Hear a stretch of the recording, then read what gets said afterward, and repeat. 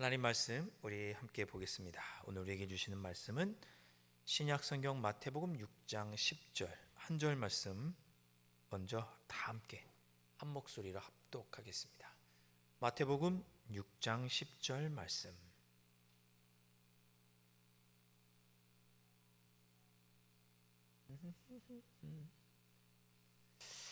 다 함께 한 목소리로 마태복음 6장 10절 합독하겠습니다. 나라가 임하시오며 뜻이 하늘에서 이루어진 것 같이 땅에서도 이루어지이다. 아멘. 한 절 말씀 더 보겠습니다. 에베소서 1장 11절 말씀. 신약 성경 310면입니다. 에베소서 1장 11절 말씀. 자, 이 말씀도 우리 모두 다 같이 한 목소리로 함께 합독하시겠습니다. 모든 일을 그의 뜻의 결정대로 일하시는 이의 계획을 따라 우리가 예정을 입어 그 안에서 기업이 되었으니. 아멘. 자, 요즘 세계 곳곳에서 전쟁 소식이 많이 들리죠. 네. 당장 이란과 미국과의 전쟁 소식이 있죠. 걱정이 아닐 수가 없습니다. 이란하고 미국하고 뭐 좀 분쟁 중인데 저 이란이 아주 멀리 있잖아요. 저희 우리나라에서도. 그런데 거기를 오고 다니는 우리 배들이 이제 제대로 지나가지 못하면 석유를 원유를 수입하는 데도 차질이 있고 뭐 수출하는 데도 또 원자재를 수입하는 데도 모두 어려움이 있어서 그것 때문에 우리 주식도 갑자기 확 떨어졌다가 그런 일들이 있었습니다. 여러분, 우크라이나 러시아 전쟁 일어난 지 벌써 4년이 넘은 거 알고 계시나요? 요즘은 우크라이나 러시아에서 기도 잘 안 하시죠? 지난 2월 24일로 만 4년이 되었습니다. 벌써 우크라이나 러시아 전쟁도 4년이 지난 거예요. 자, 우리에게는 잘 알려져 있지는 않지만 우크라이나가 많이 어렵습니다. 전쟁 때문에 어렵습니다. 러시아가 우크라이나의 그 전기를 발전시키는 시설들을 많이 폭격을 해서 한 70% 정도가 파괴됐다고 합니다. 그래서 민간인들이 매우 어렵대요. 전기가 어려워서 거의 이틀에 한 번꼴로 반나절씩 뭐 오전 오후라든지 이렇게 해서 정전이 된다고 합니다. 전기가 없으면 난방도 안 되죠. 우크라이나도 추운 곳인데 난방도 안 되고 전기가 없으면 전화기도 안 되고 다 안 되는 거죠. 그리고 병사들이 그렇게 탈영을 한대요. 싸우기 싫은 거죠. 40만 명 이상이 탈영했다고 합니다. 한두 명 탈영한 게 아니라 병력이 한 90만 되나요? 근데 절반 가까이가 탈영했어요. 심지어 병사를 모집하고 있는데 군인으로 가기 싫다는 거죠. 병역 기피합니다. 외국으로 도망가요. 신임 국방부 장관을 뽑았거든요. 나이가 몇 세예요? 37세인가? 국방부 장관 나이가 30대입니다. 다 안 하려고 하는 거죠. 세계는 더 이상 어떤 질서가 없죠. 힘의 논리, 내가 하고 싶은 대로 하는 그런 시대가 되었습니다. 안타깝죠? 힘이 곧 법이 되는 시대. 그래도 예전에는 미국이 경찰 노릇해서 좋든 나쁘든 미국이 정하는 또 전 세계 거기에 합의하면서 그 규칙대로 흘러갔는데 이제는 그렇지 않아요. 힘이 있는 자가 마음껏 침공하고 빼앗는 시대가 되었습니다. 우울한 얘기일 수도 있지만 세계 학자들이 만약에 3차 세계대전이 발생하면 어디서 일어날까 뽑는 4개의 후보가 있습니다. 첫째 어딜까요? 중동. 둘째 우크라이나. 셋째 대만. 넷째 한반도. 만약에 세계대전이 일어나면 이 4개 중에서 하나가 일어날 것이다. 그렇게 보고 있습니다. 우리나라가 거기 껴있는 거죠. 지금 북한이 우크라이나의 병력을 파병했잖아요. 우리나라는 거기 절대 가면 안 되는 거죠. 왜? 그럼 우리는 한반도뿐만 아니라 또 세계대전이 일어날지 모르는 또 다른 후보지에 우리 병사를 보내게 되면 우리는 양쪽에 관련되기 때문에 위험 부담이 따릅니다. 그래서 파병하면 안 됩니다. 여러분 정말 나라를 위해서 기도해야 됩니다. 세계 평화를 위해서 기도해야 돼요. 우리나라만 잘 된다고 되는 게 아니라 세계가 평안해야 우리도 잘 됩니다. 정말 기도해야 될 때가 아닌가 생각을 합니다. 자, 우리 기독교는 이렇게 나라를 위해서 기도하는 일에 앞장섰습니다. 지난 주일에도 우리가 예배를 드렸지만 나라를 위해서 헌신하고 기도하는 일에 한국 교회가 힘썼죠. 그뿐만 아니라 역사적으로 보면 나라가 어려움에 처했을 때 나라를 위해서 자신의 삶을 헌신한 사람들이 참 많이 있었습니다. 대표적으로 영국의 윈스턴 처칠은 젊은 20대의 나이에 영국을 위해서 내 생명을 바치겠다. 일평생 자신의 이익보다 나라의 이익을 위해서 앞장섰던 사람이 윈스턴 처칠이었습니다. 우리나라에도 여러 위인들이 있지만 이런 말을, 나라를 위해서 이런 말을 하신 분이 있더라고요. 여러분은 잘 아실지 모르겠습니다. 철은 국력이다. 누가 이런 말을 하신 줄 아세요? 철은 쇠덩이죠. 철은 국력이다. 돌아가신 포항제철을 만드신 박태준 회장이 한 말입니다. 박태준 회장이 그러셨대요. 우리가 조상의 피값으로 일본이 그 배상금으로 우리나라에 줬고 그 배상금으로 이제 포항제철을 만든 거죠. 우리가 조상의 피값으로 이 공장을 만드는데 실패하면 우리 모두 우양우 해가지고 영일만 바다에 빠져 죽어야 된다. 우양우 정신이라고 누가 그러시대요. 그만큼 이 포항제철을 만드는 것이 우리나라에 너무나 중요한 일이라고 생각을 하고 일평생 거기에 헌신을 하셨습니다. 부실공사가 발견되면 다시 폭파하고 다시 지었다는 그런 일화로 유명한 분이죠. 짧은 인생을 영원한 조국에 바친다 이런 얘기를 하셨던 분이 돌아가신 박태준 회장이십니다. 우리 대한민국을 위해서 또 전 세계를 위해서 우리가 힘쓰고 기도해야 되는 것은 한국교회의 오랜 전통입니다. 3.1절 때부터 우리가 이어받아야 될 한국교회의 신앙정신, 나라를 위해서, 이 땅의 나라를 위해서 힘쓰고 기도해야 한다. 자, 얘기 여기까지 하고 그렇다면 우리가 이 땅의 나라를 위해서 기도하고 헌신하고 충성해야 합니다. 대한민국을 위해서 우리가 마땅히 헌신하고 충성해야죠. 그런데 오늘 예수님은 우리에게 뭐라고 기도하라고 하셨냐면 하나님의 나라를 위해서도 기도해라 그렇게 말씀하셨습니다. 무슨 말씀인지 아시죠? 우리 그리스도인에게 어쩌면 이 땅의 나라보다 더 중요한 하나님 나라를 위해서 우리가 이 땅의 나라도 부강하게 하고 이 땅의 나라를 위해서 이 땅의 전생의 평화가 번영하기를 있기를 위하여 우리가 기도하고 충성하고 노력하는데 그런 것처럼 하나님 나라를 위해서도 기도하고 충성하고 헌신해야 한다. 그런 마음으로 기도하라고 예수님께서 가르쳐 주신 거예요. 6장 10절에 뭐라고 얘기했습니까? 나라가 임하시오며 그랬죠. 여기서 나라는 무슨 나라예요? 하나님 나라죠. 하나님의 나라가 이 땅에 이루어지도록 하기 위해서 기도해라. 육신의 나라, 이 땅에 우리가 눈으로 보는 나라를 위해서도 헌신하고 충성하는 것이 마땅하다면 그보다 어쩌면 더 중요한 하나님 나라를 위해 너희들이 최선을 다해야 한다. 하나님의 나라는 어떤 나라입니까? 하나님이 다스리는 나라죠. 하나님께서 임재하시고 구원하시는 나라죠. 그 하나님의 나라가 이루어지도록 우리의 삶 속에 임재하시도록 기도하라고 예수님은 가르쳐 주셨습니다.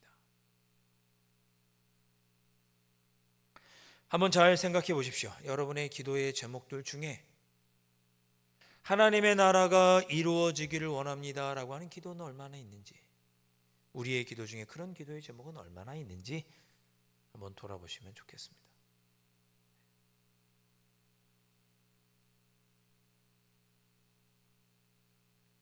여러분 여담인데요. 우리 돌아가신 그 박태준 회장이 그리스도인인 건 알고 계시죠? 원래 독실한 불교 신자였는데 그분이 미국에 체류하는 중에 한 목사님을 만나서 성경을 듣게 되고 복음을 영접하게 됩니다. 그분이 그 목사님 앞에서 성경 공부하고 성경 받을 때는 무릎을 꿇고 받았다는 그런 일화가 있죠.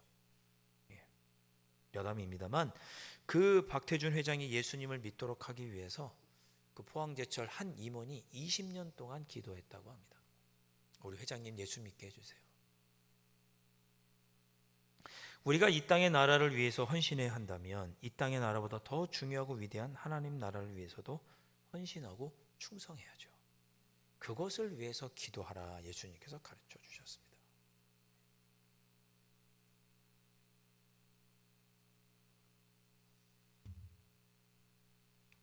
여러분 한 주간 대한민국을 위해서도 기도하시고 여러분의 삶 속에 하나님의 나라가, 하나님의 다스림이, 하나님의 회복이, 하나님의 구원이 임하도록 이 한 주간 기도하시기를 주님의 이름으로 축원드립니다. 아멘.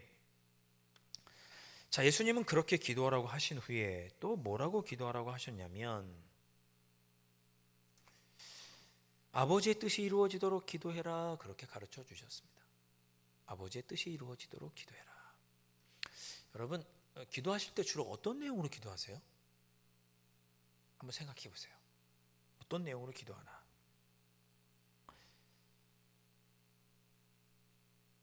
제가 예전에 부끄러운 얘기입니다만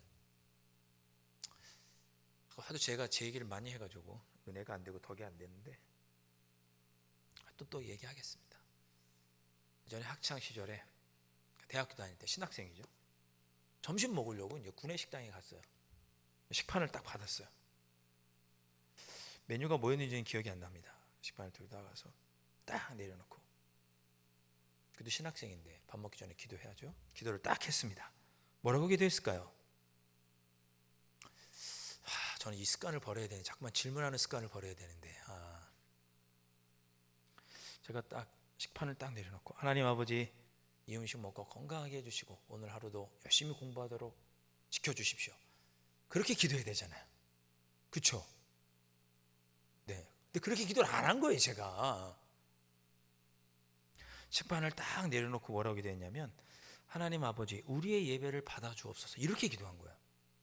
점심시간에 밥 먹을 구내에서 식판을 내려놓고 하나님 아버지 오늘도 우리 예배를 받아주옵소서 이렇게 기도한 거예요.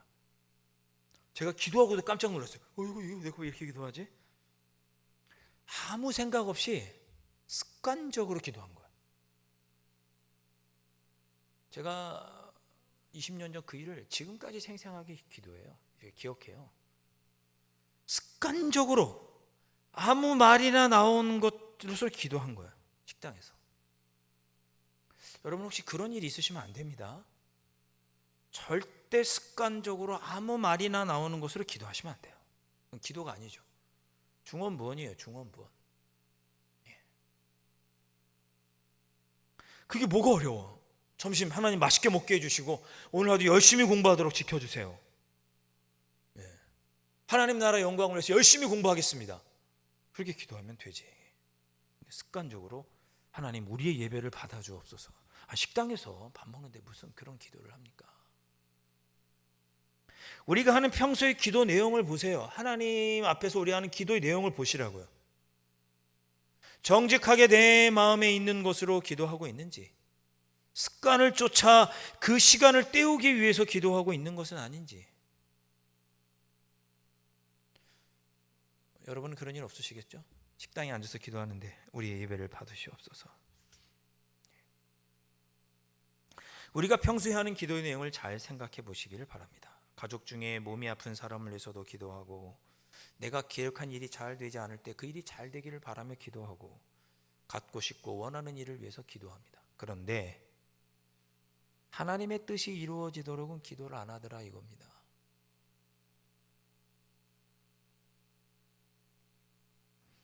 여러분 오해 없으시기를 바랍니다. 이런 기도가 나쁘다는 뜻이 아닙니다. 좋은 기도예요. 제가 누구누구 망하게 해주세요, 누구누구 죽게 해주세요, 뭐 이렇게 기도한 거 아니잖아요. 우리의 가족 중에 아픈 일을 위해, 내 삶의 계획을 위해, 내가 원하고 바라는 일을 위해 하나님께 기도하는 거 좋습니다. 하나님께 우리의 염려를 다 맡겨드리며 기도하는 거 좋습니다. 그런데 이 기도는 내 입장에서 한 기도예요. 내가 이렇게 계획하고 내가 바라고 내가 원하는 거예요. 내 입장에서 한 기도예요. 예수님의 입장에서 한 기도가 아니라는 거죠. 예수님의 입장에서 하는 기도는 어떤 거예요? 하나님의 뜻을 이루어 주십시오라고 말하는 게 예수님의 입장에서 하는 기도인 거죠. 우리가 그런 기도를 좀 드리면 좋겠다. 그런 뜻입니다. 주님, 제가 예수님의 뜻을 이루어지게 해주십시오. 우리 예수님 뭐라고 하셨어요? 아버지의 뜻을 이루게 해주십시오 라고 기도하라고 그랬죠. 뜻이 뭡니까? 뜻. 아버지의 뜻. 우리 뜻이 있다라고 할 때 그 뜻은 뭡니까? 뭔가 작정했다는 뜻이죠. 내가 대한민국을 위해서 충성할 거야. 그럼 내가 대한민국을 위해서 충성할 그런 의지가 있다는 거죠. 그 대한민국을 충성하겠다는 바람과 소망이 있다는 뜻이죠. 하나님의 뜻을 위해서 기도한다는 건 뭐예요? 하나님이 작정한 대로 이루어지길 바라는 기도인 거죠. 하나님에서 작정한 대로 되십시오. 하나님께서 소망하는 대로 이루어 가십시오. 이런 기도가 아버지의 뜻이 이루어지기를 원하는 기도입니다. 하나님의 다스림과 하나님의 임재와 하나님의 치유 회복을 위해서도 기도하지만 아버지가 작정하신 것이 내 삶에 이루어지기를, 아버지께서 소망하시는 일이 내 삶 속에 이루어지기를 위해서 기도해라 라고 예수님께서 기도를 가르쳐 주신 것입니다. 그렇게 기도해야겠죠? 네. 에베소서 1장 11절 말씀, 우리 다 함께 한번 또 읽어보겠습니다. 에베소 1장 11절 말씀 함께 읽겠습니다. 시작. 모든 일을 그의 뜻의 결정대로 일하시는 이의 계획을 따라 우리가 예정을 입어 그 안에서 기업이 되었으니. 아멘. 자, 이 말씀을 가지고 여러 가지로 우리 해석을 할 수 있지만 저는 이 앞에 있는 표현이 너무 좋아요. 모든 일을 그의 뜻의 결정대로 일하시는 이. 그러니까 하나님은 다 하나님의 결정대로 하시는 거예요. 우리가 하는 것 같고 우리가 이렇게 조밀해도 하나님은 다 하나님의 뜻과 결정이 있으신 거죠. 그 우리는 뭘 하면 돼요? 그 하나님의 뜻이 이루어지기를 원합니다. 나를 통해서 하나님께서 바라시고 원하는 뜻이 이루어지기를 원합니다. 그렇게 기도하라고 예수님은 가르쳐 주셨습니다. 이번 한 주간 하나님께서 나를 통해 이루고자 작정하신 것, 하나님이 아예 작정하신 일이 내 삶 속에서 일어나게 해주십시오. 나를 통해 아버지의 작정하신 아버지의 뜻이 이루어지기를 원합니다. 이번 한 주간은 그렇게 기도해 보시면 좋겠습니다. 주님, 제가 지갑을 두고 왔어요. 지갑이 어디 있는지 모르겠어요. 좀 찾게 해주세요. 좋아요. 그런 기도도 하세요. 나쁜 기도가 아니에요. 너무 좋은 기도죠. 그러나 그런 기도도 하지만 그 기도보다 먼저 주님, 오늘 내가 주님의 다스림을 받고 주님의 뜻대로 살고 아버지의 뜻이 이루어지는 그런 삶을 살기를 원합니다. 이 기도도 먼저 하시고, 그리고 여러분이 가지고 있는 삶의 기도의 제목들로도 기도하시는 그런 한 주간이 되셨으면 좋겠습니다.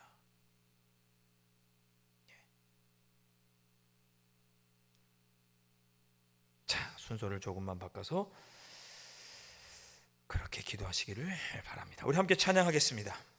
주님, 제가 먼저 그렇게 하나님의 뜻이 이루어지도록, 하나님의 다스림을 받고 하나님의 뜻이 내 삶 속에 이루어지기를 바라며 기도하고, 또 내 삶의 여러 가지 기도의 제목들로 기도하고 이 한 주간 그렇게 살아갈 수 있기를 소망합니다. 우리 이런 마음을 담아서 함께 찬양하고 결단하며 기도하겠습니다.